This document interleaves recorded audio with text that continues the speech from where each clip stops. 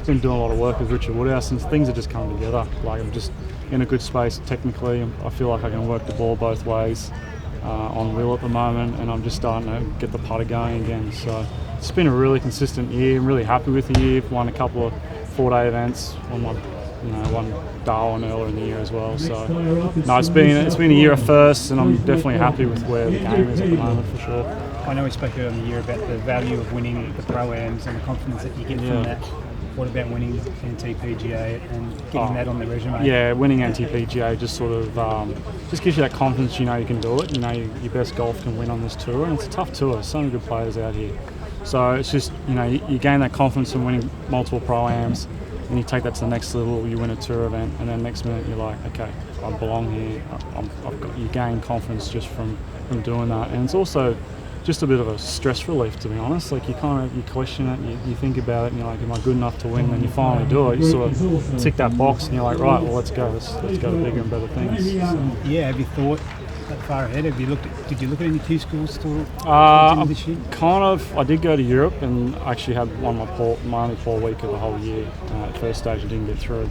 So the goal now is to try and have a really good week this week.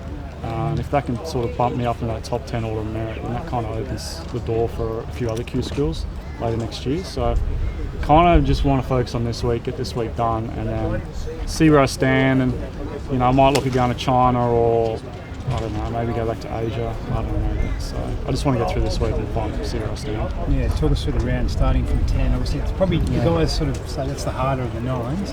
How do you feel you got through that, and obviously then you catch quite a bit of momentum? Yeah, definitely got off to a good start. I hit like a 9-iron to about a foot on 11, so it was a little tap in there, and then just drove the ball really well on the back 9. So I gave myself plenty of looks.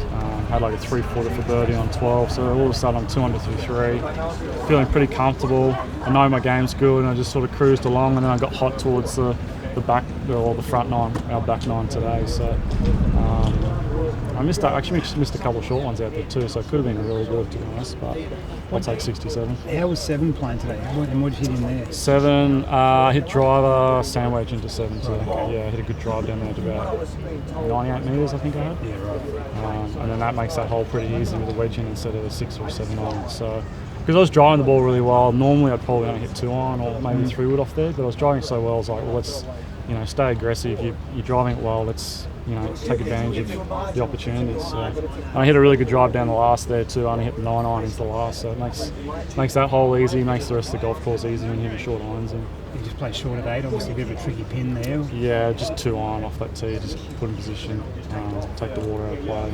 I actually hit a really nice shot in there. It's about 15 feet. And I thought I holed, and it just dove off at the end and just lipped out, so I could have easily been 6 or 7, like I said. So, no, it's been a good day. I'm happy with the way it's been. Well, just take me back to Q School again, going there and having to do that again. You know, at that point, do you ever kind of question what you're doing, and whether you've been out here a while now? Oh, you do. I wasn't really questioning it at the end of last year because I knew I was playing well. So it was a weird situation. I was going back to Q School to improve my status, to try and get Big Open, Perth and stuff like that. But I had a backup category anyway, so it was kind of finish top 5, improve your status. If you don't, you're worse off. So I probably couldn't, it turns out I didn't have to go, but yeah, I was sort of in a situation where I was like, I can only improve my status this week. I'm not going to lose a card, or I don't have a job next year. I just knew I was playing well. It's just a matter of time, really. And you managed to do that. Did you improve the category to go? Yeah, so winning Darwin cemented my card for this year and next year. So I'm in a great situation right now. Did you get Big Open and stuff? Next year I will, yeah. This year I didn't. No, you didn't this year? So I finished 6th at Q School. So I missed by 1 spot. And I think I missed keeping my card on the order merit, like 2 spots or something like that. So it was a bit of a tough end to last year, but it's all worked out pretty good. Yeah, nice. Thanks, mate. Cheers.